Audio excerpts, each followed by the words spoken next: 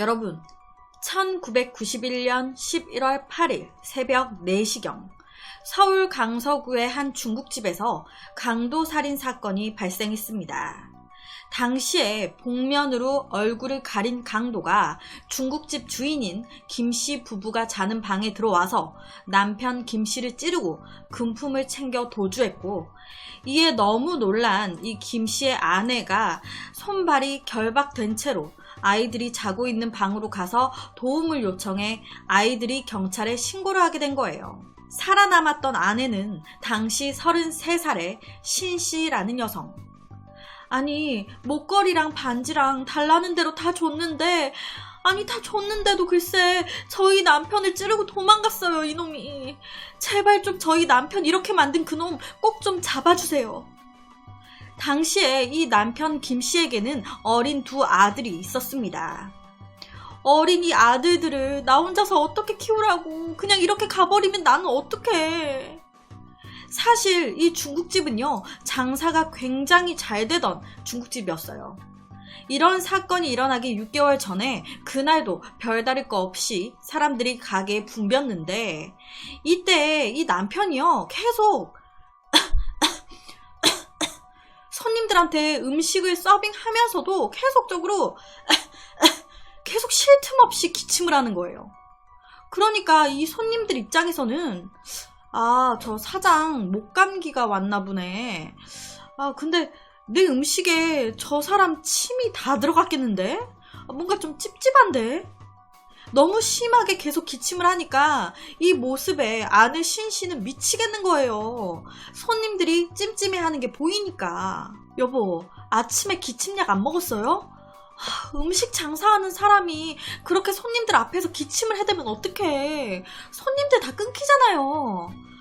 당신 그러지 말고 내일 아침에 병원 좀 가봐요. 정말 옆에서 보는 사람이 다 괴롭네 정말. 뭐 유난이야. 요새 감기가 유독 독해서 그래. 며칠 이러다가 괜찮아지겠지. 하지만 괜찮아지기는커녕 시간이 가면 갈수록 이 기침이 더 심해지는 거예요. 와, 이거 안 되겠다. 그래서 이 김씨는요, 아내와 병원을 가게 됩니다. 병원에서 하는 말은 결핵이네요. 예전하고 달라서 좋은 약도 많이 나와요. 죽을 병 아니니까 너무 걱정하지 마세요. 대신 너무 무리하지 마시고 안정을 취하면서 요양하셔야 됩니다. 그런데요, 이 남편 병원에서 이런 말을 듣고 왔는데도 불구하고 말을 안 듣는 거예요. 의사 선생님이 쉬라고 하면 좀 쉬어야 되는데 이 가게 걱정에 기침 콜록콜록 하면서 계속 가게에 나와가지고 일을 하는 겁니다. 아니, 쉬라는데도 왜 말을 안 들어, 말을. 그러니까 당연히 이 결핵, 기침 더 심해지는 거예요. 그리고 결국에 피까지 보게 됩니다. 기침하는데 피가 섞여 나온 거예요. 그렇게 결국 결핵이 악화돼서 정상적인 생활을 할 수 없게 된 이 김씨는요, 가족들과 떨어져서 홀로 요양원으로 가게 됩니다.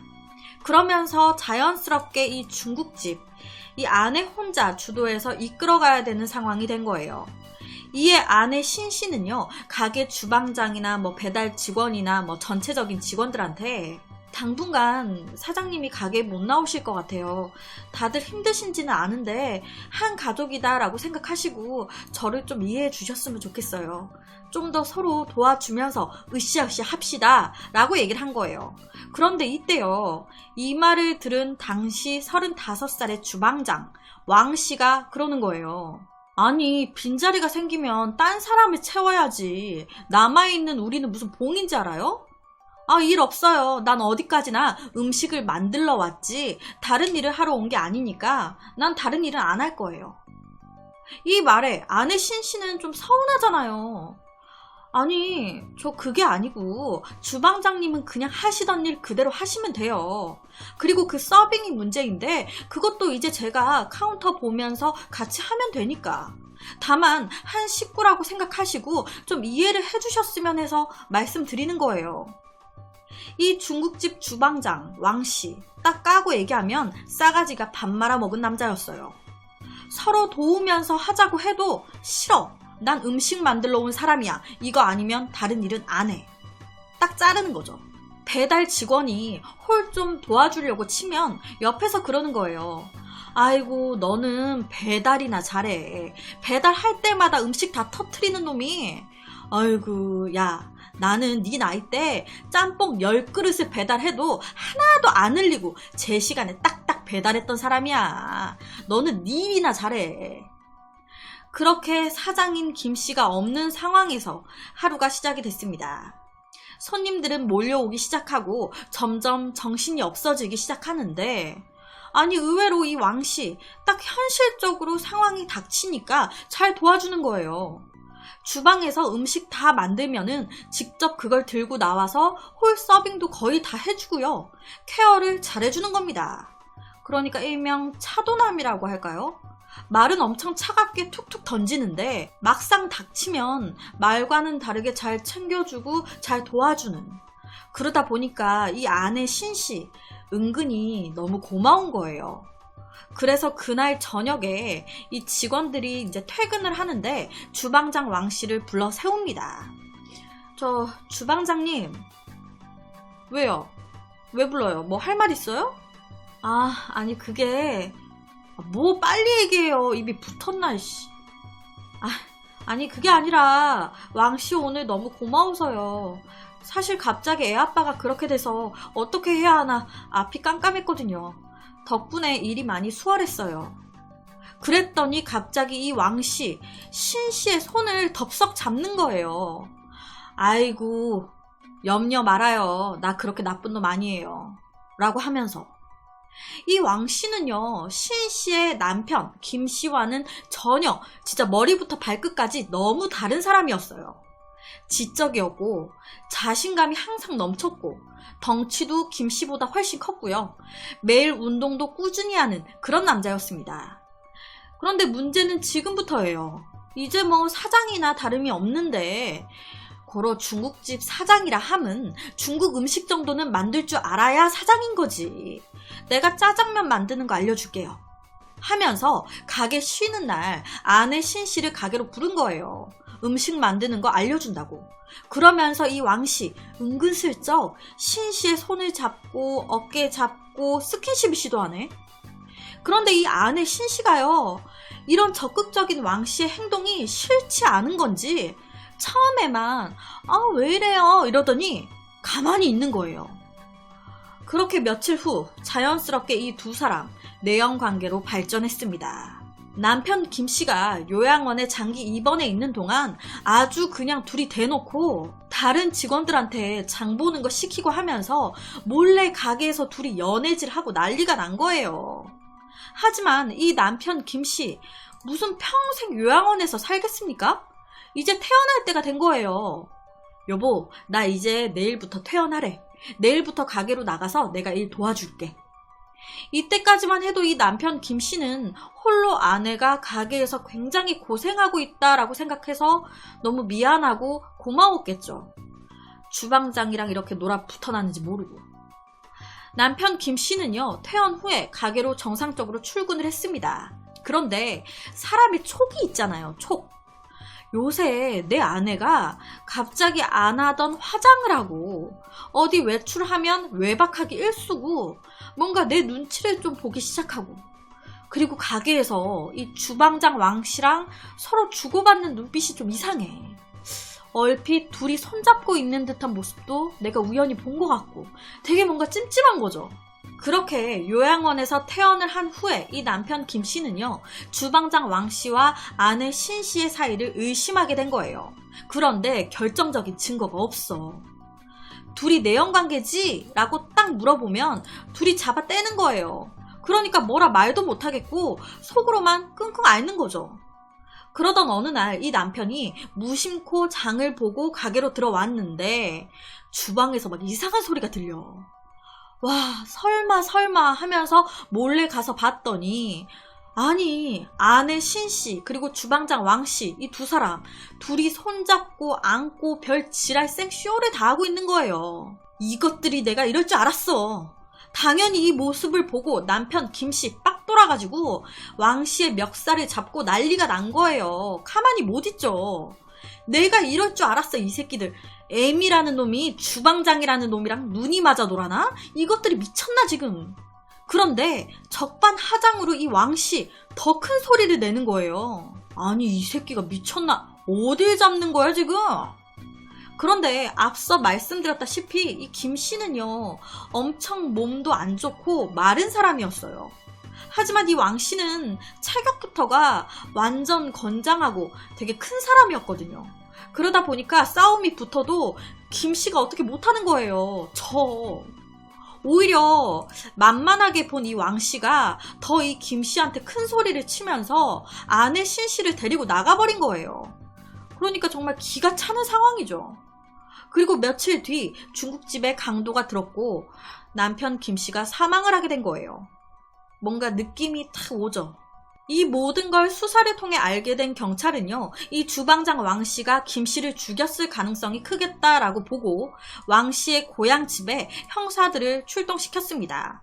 그리고 다행히 왕씨 되게 수월하게 잡혔어요. 경찰은요, 바로 살아남은 피해자 아내 신씨를 경찰서로 불렀습니다. 신씨는요, 당시에 복면으로 얼굴을 가렸기에 범인의 얼굴은 못 봤어요. 하지만 범인의 목소리는 들은 사람이었습니다. 경찰들은요, 이 범인의 목소리를 확인해달라고 부른 거예요. 왕씨의 얼굴을 복면으로 가리고 사건 현장에서 범인이 얘기했었다는 살고 싶으면 가만히 있어. 이 소리를 왕씨한테 시켰습니다. 이제 신씨한테 이제 소리를 듣게 한 거예요. 이 소리를 들은 아내 신씨는요, 범인의 목소리가 아닌 것 같아요. 라고 말을 하는 거예요.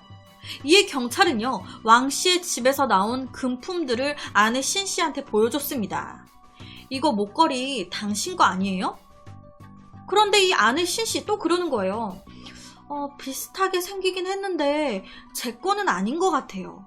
이 신씨는요, 자꾸 뭔가 찜찜하고 애매하게 다 잘 모르겠고 다 아닌 것 같대. 경찰은 뭔가 이상한 거예요. 신씨 뭔가 숨기고 있는 게 있는 것 같은데. 이에 경찰은요, 아내 신씨를 우선 집으로 보내고 왕씨한테 말을 했습니다. 야, 신씨가 다 불었어. 아까는 네 앞이라 무서워서 말 못했다고. 나랑 둘이 있을 때 다 불었어.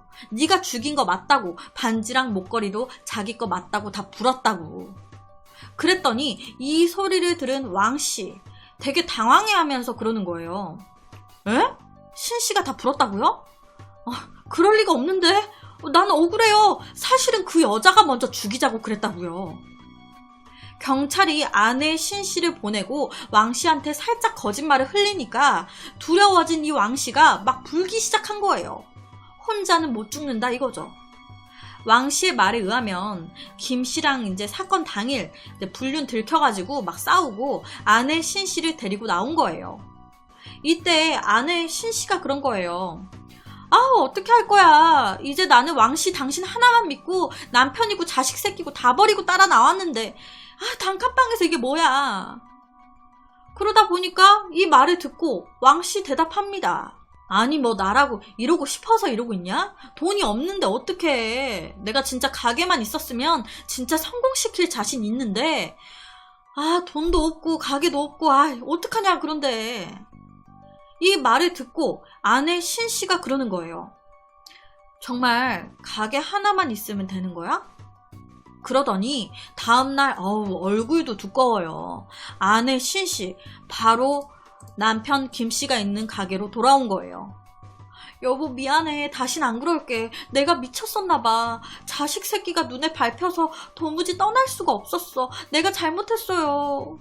라고 하면서 싹싹 비니까 이 남편 김씨 당시에 아들도 둘이나 있었잖아요. 그러다 보니 한번 봐준 거예요.